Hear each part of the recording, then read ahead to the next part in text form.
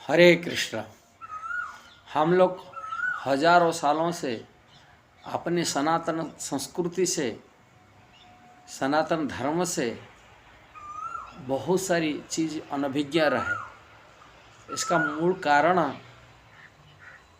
जब से आतंकवादी ये भारत में आए, उन्हीं के आतंकियों के कारण हमारा शिक्षा अनुष्ठान खत्म हो गया। हमारा वैदिक ज्ञान, समस्त वेद पुराण उपनिषद आदि जितना ज्ञान था सभी संस्कृत भाषा में लिखा होता था। अब हम लोगों की शिक्षा संस्कृत भाषा में ही पढ़ा लिखा होता था।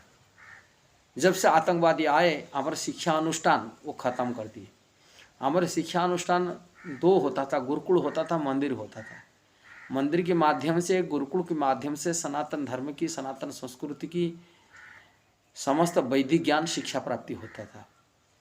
उन्होंने आए हमारे शिक्षा अनुष्ठान को ख़त्म कर दिए। शिक्षा अनुष्ठान समाज की रीढ़ का हड्डी होता है, का उसी से समाज विकास करता है। शिक्षा यदि नहीं रहे, समाज व्यतिव्यस्त हो जाता है। वही दुर्भाग्य हम के लिए हुआ। हम लोग इतना अपनी संस्कृति अनभिज्ञ रहे, जैसा कि साधारण भगवान को प्रणाम कैसा करना वो भी हम लोग सीख नहीं पाए। शास्त्र में कहा गया, सुबह में प्रणत विष्णु, दक्षिणे गौर शंकर, गुरु भाग्य प्रणामत अन्यथा निष्फला भव। अपनी वाम भाग से भगवान विष्णु को प्रणाम करना चाहिए, दक्षिण भाग से शिव पार्वती प्रणाम करना चाहिए, गुरु जी के सामने में प्रणाम करना चाहिए, नहीं तो प्रणाम निष्फल हो जाता है। किंतु साधारण 99% लोगों को प्रणाम बारे में अनभिज्ञ रहे। ऐसा ही हम जो भोग लगाते, ठाकुर जी को भोग किसको कहते, प्रसाद किसको कहते, भारत में लोग आज नहीं जानते।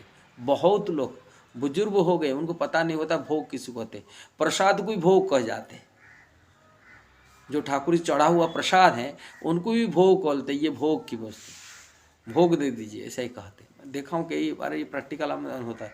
भारत में ये कितना अनभिज्ञ रहे।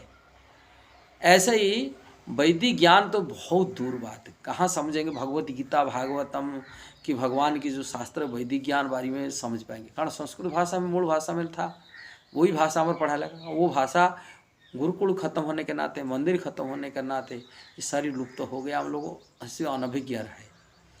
आज सोचेंगे मंदिर तो बहुत है, किंतु मंदिर वास्तव की अब मंदिर का एक्टिविटी नहीं है, मंदिर के कार्यक्रम नहीं होता है।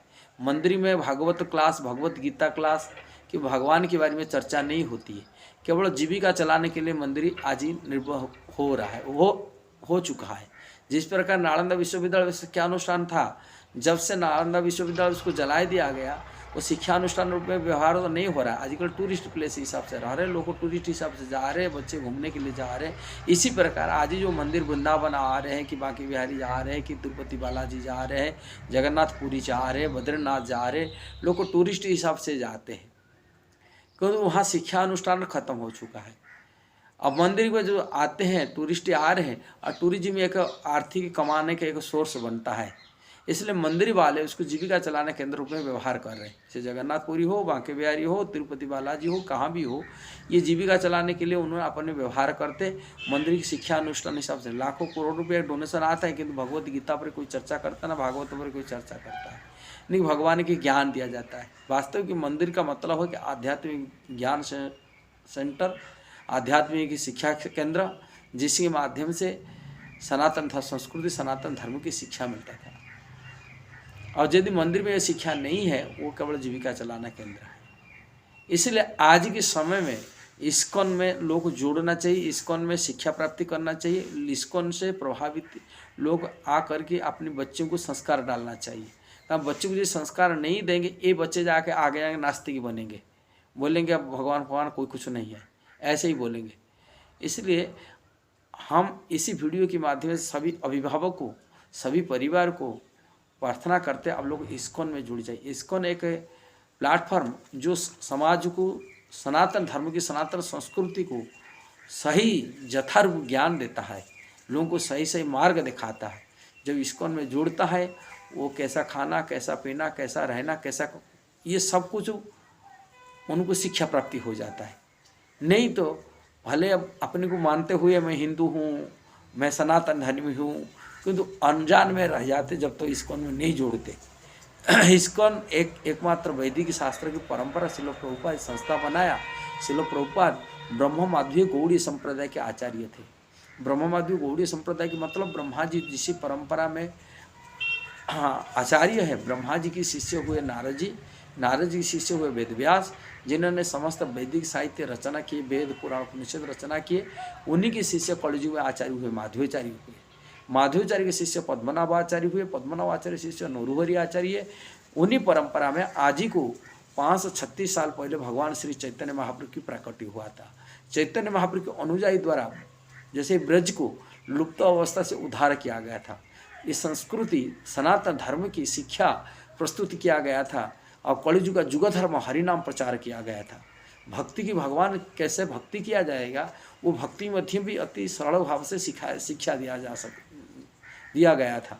उन्होंने ये ब्रज को आकर ब्रज आतंकवादी द्वारा जो तोड़ा हुआ मंदिर, उनको पुनः निर्माण कराए थे, पुनः मंदिर विग्रहों को स्थापन करते, ब्रज क्षेत्र उद्धार रखे थे।